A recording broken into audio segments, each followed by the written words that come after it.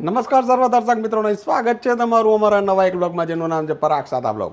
મિત્રો, જુદી જિંદગી છે મિજાજે મિજાજે, જુદગી બંદગી છે નમાજે નમાજે, છે એક મંજિલ થયું એટલે શું, જુદા છે મુસાફિર જહાજે જહાજે.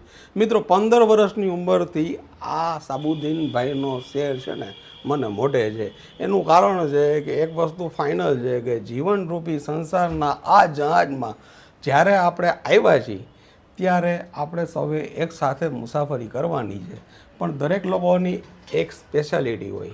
કોઈક સારું બોલી શકે, કોઈક સારું ગાઈ શકે, કોઈક સારું ખાવાનું બનાવી શકે અને કોઈક હેલ્થનું ધ્યાન રાખી શકે.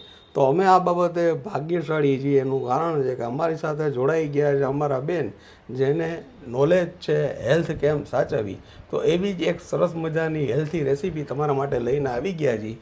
બેન અંબા અંબા અંબા અંબા. જય શ્રી કૃષ્ણ. જય શ્રી કૃષ્ણ. આજે માસ્ટર શેફ ફરી ગયા છે. આજે તમને સરસ મજાની હેલ્ધી રેસીપી અમારા દીપાલીબેન બતાવવાના છે. વાહ. તો આજે પ્રોટીનથી ભરપૂર આપણે મિક્સ દાળના પુડલા બનાવવા જઈ રહ્યા છીએ. વાહ. તો આનો ફાયદો એ છે કે આનું પ્રીમિક્સ તમે રેડી કરીને રાખી શકો અને ગમે ત્યારે તમારે આ પુડલા બનાવવાના હોય ત્યારે તમે બનાવી શકો. બરાબર છે? તો એમાં જોઈ લઈએ આપણે ઇન્ગ્રીડિયન્ટ્સ. બરાબર, તો આપણે બધી એક સાઇઝની વાટકી લીધી છે. આ છે ચણાની દાળ, મગની દાળ, તુવેરની દાળ, અડદની દાળ, મગની ફોતરાવાળી દાળ અને મસૂરની દાળ. મસૂરની દાળ અગર કોઈ ન ખાતા હોય તો એ લોકો અવોઇડ કરી શકે છે. ઓકે. સો આ બધી દાળ હવે પહેલાં આપણે શેકી લેશું.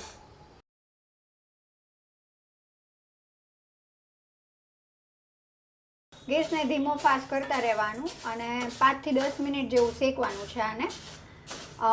દાળ એકદમ આપણને આમ જોતા આમ ખડખડી જાય ને એવી રીતે શેકવાની છે.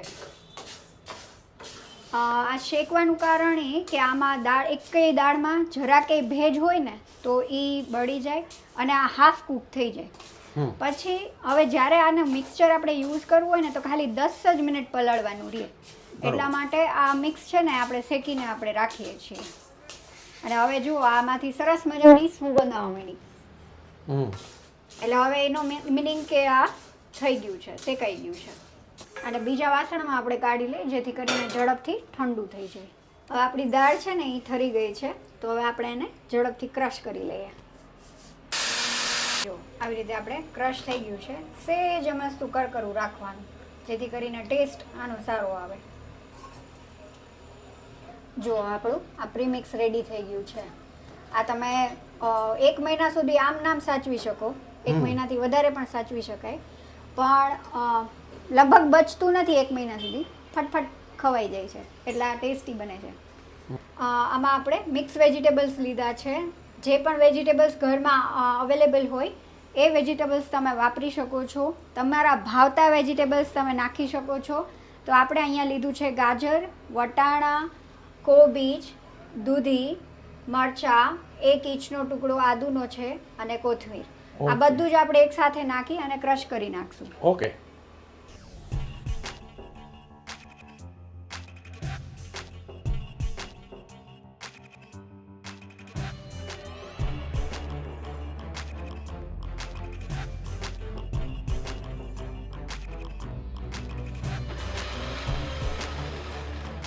આપણું વેજીટેબલ ક્રશ થઈને તૈયાર છે. હવે આને આપણે પલાળી દઈએ. એમાં આપણે નાખશું 3 ચમચી દહીં અને જે આ વેજીટેબલ્સ આપણે ક્રશ કર્યું હતું એ પણ નાખી દઈએ, એડ કરી દઈએ. આ બધું મિક્સ કરી નાખશું. એમાં જરૂર હોય એટલું આપણે પાણી એડ કરી દઈએ. ઢીલું એટલું રાખવાનું કે તમારા પુડલા ઉતરે. ચાલો, આપણું બેટર છે ને એ રેડી થઈ ગયું છે. એમાં લગભગ આપણે પોણા ગ્લાસ જેટલું પાણી નાખ્યું છે, પણ હજી આ પડ્યું રહેશે ને એટલે ઘાટું થશે. એટલે કરતી વખતે પાછું તમારે ઢીલું કરવું પડે તો કરી લેવાનું. અને ઢાંકીને આપણે 10 મિનિટ રહેવા દઈશું. હવે આપણે જે પુડલા છે ને એની સાથે ખાવા માટેનું દહીં તૈયાર કરી દઈએ છીએ, જીરાવાળું સરસ મજાનું ટેસ્ટી. જીરું આપણું તતડી ગયું છે. એની અંદર આપણે લીમડો નાખશું. અને આપણો તડકો રેડી છે. તો આ દહીં આપણું રેડી કરી લઈએ. એમાં આપણે સ્વાદ અનુસાર મીઠું નાખશું. કલર માટે થોડુંક જરાક અમસ્તું લાલ મરચું, 1/4 ટીસ્પૂન. અને હવે એને હલાવી નાખીએ. અને હવે આપણો આ તડકો છે ને એ ઠંડો થઈ ગયો છે, એને આપણે એડ કરી દઈએ. તો પુડલા સાથે ખાવાનું આ ડીપ રેડી થઈ ગયું છે. હવે 10 મિનિટ આપણે થઈ ગઈ છે. આ બેટર આપણે જે પલાળ્યું હતું ને તમે જુઓ છો, આ હજી ઘાટું થઈ ગયું છે, પડ્યા આની કન્સિસ્ટન્સી જુઓ છો. હવે આમાં આપણે પાણી એડ કરીને ઢીલું કરવાનું છે. પુડલા ઉતરે ને એવું ઢીલું કરવાનું છે.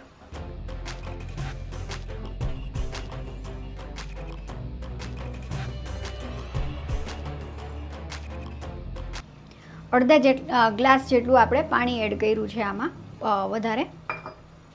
અને હવે આની અંદર આપણે મસાલા કરશું એ પહેલાં જોઈ લઈએ. આવી છે કન્સિસ્ટન્સી. સ્વાદ અનુસાર મીઠું એડ કરીએ, થોડુંક મસ્તું ધાણા જીરું, સહેજ મસ્તું કલર માટે હલ્દી, અને પિંચ ઓફ લાલ મરચું, અને થોડુંક મસ્તું આપણે જીરું નાખશું, આખું જીરું. આખું જીરું મોઢામાં આવે ને તો ટેસ્ટ સારો આવે. બેટર રેડી થઈ ગયું છે અને ભાભી હવે આપણને સરસ મજાના નાના નાના ઉડલા ઉતારી દે છે. ઉતારી દી પછી ગરમ ગરમ તમે ટેસ્ટિંગ કરો. પાકું.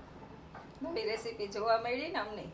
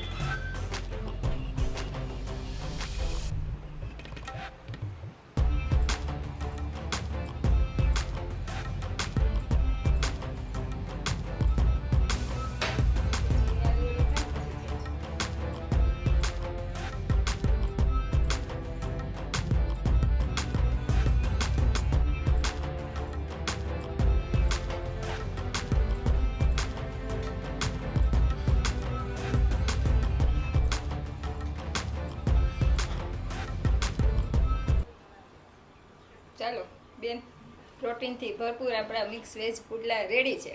વાહ, ટેસ્ટિંગ વન્ડરફુલ. કરશું. વાહ, બહુ મસ્ત થયા છે.